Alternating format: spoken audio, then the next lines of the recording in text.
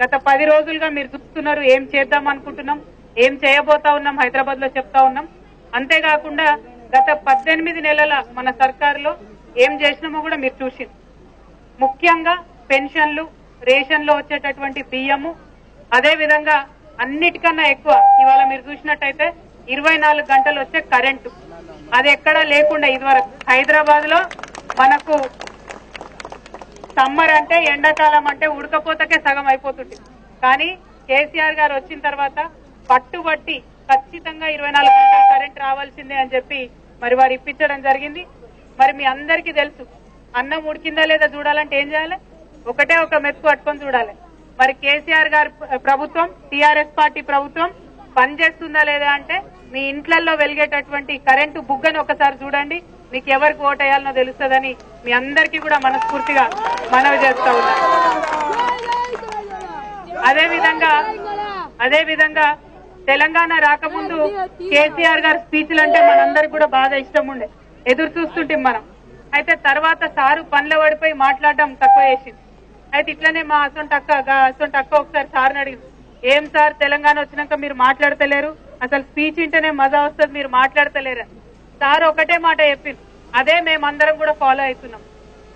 ఇది మాటలు చెప్పే సమయం కాదు, పని చేసే సమయం అని చెప్పిండ్రు. మరి పని చేస్తా ఉన్నాం. గత 18 నెలలుగా అలుపు లేకుండా ప్రతి ఒక్క డిపార్ట్మెంట్ లో ప్రతి ఒక్క చోట కూడా ఇంప్రూవ్మెంట్స్ చేసుకుంటూ వాటిని మంచిగా చేసుకుంటూ పనిచేస్తుంది. ఎందుకంటే ఇదివరకటి డిపార్ట్మెంట్స్ అన్ని కూడా మొత్తం ఆంధ్రప్రదేశ్ కలిపి ఉండే. ఇప్పుడు తెలంగాణకు సపరేట్ గా మనం పథకాలు చేసుకోవాలి, ఎక్కడెక్కడ ఎన్ని డబ్బులు పెట్టాలనో ఆలోచన చేసుకోవాలి. అవన్నీ పనులు చేస్తున్నాం. మీ అందరికీ గుర్తుంది కావచ్చు, మన ప్రభుత్వం రాగానే ఏం చేసినాం, మనం ఒక సర్వే చేసినాం. గుర్తుందా? ఉన్నారా అందరు ఇళ్లలో? ఆ రోజు మటన్ కూర వండుకున్నారు. ఆ రోజు మేమైతే అదే చేసినాం, ఎందుకంటే అందరం ఒక దగ్గర చేరే అవకాశం వచ్చింది ఆ రోజు. అయితే ఆనాడు సర్వే చేస్తే గానీ మనందరికి అర్థం కాలేదు. హైదరాబాద్ లో 50 లక్షల జనాభా ఉన్నారని అంతకుముందు అనుకుంటే ఇవాళ 1 కోటి మంది ఉన్నారు, 1 కోటి మందికి పైబడి ఉన్నారని తెలిసి. మరి 1 కోటి మంది ఉన్నారనంటే వాళ్ళకు తగ్గట్టుగా డ్రైనేజీలు లేవు, వాళ్ళకు తగ్గట్టుగా నీళ్లు లేవు, వాళ్ళకు తగ్గట్టుగా కరెంటు లేదు. ముఖ్యంగా ఉప్పల్ నియోజకవర్గం, ఇదేదైతే హైదరాబాద్ చుట్టుముట్టు శివారు ప్రాంతాల్లో ఉండేటటువంటి ప్రాంతాలు ఉన్నాయో వాళ్ళందరికీ కూడా తాగడానికి మంచిగా పైపులు లేనటువంటి, ఇంటి దాకా నల్లా వసతి లేనటువంటి పరిస్థితి. మరి మన రామరెడ్డి నగర్ లో కూడా వచ్చే ముందు నాకు అదే చెప్పినారు. మరి ఇక్కడ కూడా మంచినీటి సమస్య బాగా తీవ్రంగా ఉందని చెప్తున్నారు.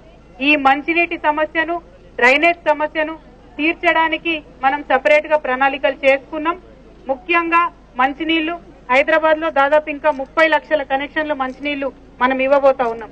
దాంతో పాటు డ్రైనేజ్ వ్యవస్థ మనందరికీ తెలుసు, మొత్తం ప్రతి వాడలో కూడా డ్రైనేజ్ బాలేదు. ఇక్కడనే కాదు, కూకట్పల్లి నుండి మొదలు పెడితే, బంజారాహిల్స్ నుంచి మొదలు పెడితే ఎక్కడ కూడా బాలేదు. చెప్తా డ్రైనేజ్ విషయం చెప్పినాక ఇల్లు విషయం చెప్తా. మరి ఇవాళ డ్రైనేజ్ సంగతి చూసుకున్నట్టయితే ప్రతి ఒక్క నాలా పోయి ఏదో ఒక చెరువులో కలుస్తారు. మన ఉప్పల్లో కూడా అదే పరిస్థితి. మొత్తం డ్రైనేజ్ పోవాలి, చెరువులో కలవాలి. దాంతో ఏమైతుంది, దోమలు, దుర్గంధం, రోగాలు ఇవన్నీ వరుస పెట్టి వస్తున్నాయి. కాబట్టి మేమందరం కూడా ఒకటే ప్లాన్ చేసినాం, ఈ డ్రైనేజెస్ ఏవైతే ఉన్నాయో కంప్లీట్ గా వాటికి ఒక సపరేట్ వ్యవస్థ నిర్మాణం చేస్తున్నాం. సో ఈ మురుగునీరు పోయి మంచినీళ్ళలో కలవకుండా ఉంటాయి. అది ఒకటి. రెండవది, మీరు అన్నట్టుగా అందరూ కూడా ఎదురు చూసేటటువంటి పథకం మన డబుల్ బెడ్రూమ్ ఇళ్ల పథకం. అందరూ కూడా ప్రతి ఒక్కరు వెయిట్ చేస్తున్నారు. మరి ఇది వరకు అదొక్కటి చేస్తుందా, ఇంకేమవుతా? ఇక ఎంతమందికి కావాలి ఇల్లు? చేతులెత్తురమ్మా అందరూ. వారిని మరి ఇక్కడ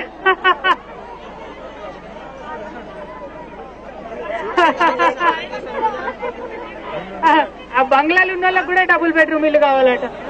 అంటే కిరాయికే ఉన్నారు అందరూ.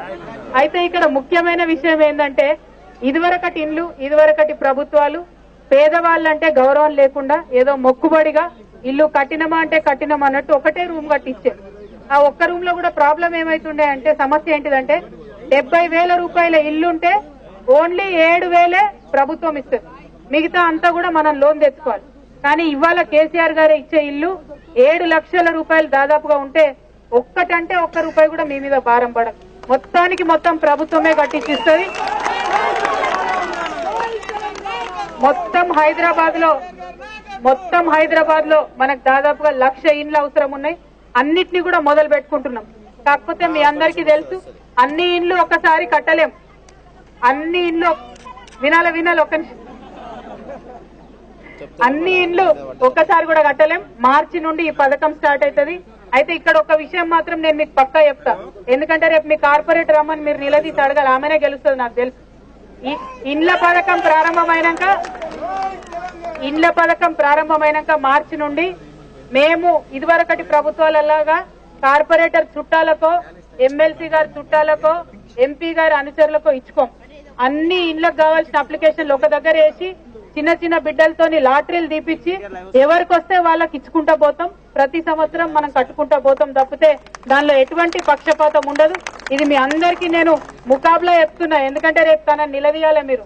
ఇల్లు రాని వాళ్ళందరూ కూడా మార్చి నుండి పథకం ప్రారంభం అవుతుంది. ఈ సంవత్సరం 60,000 ఇండ్లు ఇచ్చుకున్నాం అంతటా. నెక్స్ట్ ఇయర్ నుండి కూడా ఇంకా పెరిగి ప్రారంభం అవుతుంది. అయితే మళ్ళా ఒకసారి మీ అందరికి ఒకటే విజ్ఞప్తి, మమ్మల్ని ఇదివరకు 2014లో నమ్మి ఆశీర్వదించి తెలంగాణలో గెలిపించినారు, అధికారం ఇచ్చినారు. ఇప్పుడు జీహెచ్ఎంసీ ఎలక్షన్స్ అవుతున్నాయి. ఇప్పుడు కూడా అధికారం ఇవ్వండి. 5 సంవత్సరాలు మాకు అవకాశం ఇవ్వండి. ఎందుకంటే కాంగ్రెస్ వాళ్ళని చూసినాం, బీజేపీ వాళ్ళని చూసినాం, టీడీపీ వాళ్ళని చూసినాం, ఎంఐఎం వాళ్ళని చూసినాం, అందరినీ చూసినాం. వాళ్ళు హైదరాబాద్ కి ఏం చేసినో కూడా చూసినాం. కాబట్టి ఒక్క అవకాశం టీఆర్ఎస్ పార్టీకి, కేసీఆర్ గారి నాయకత్వంలో నడిచే ఈ పార్టీకి ఇవ్వండి.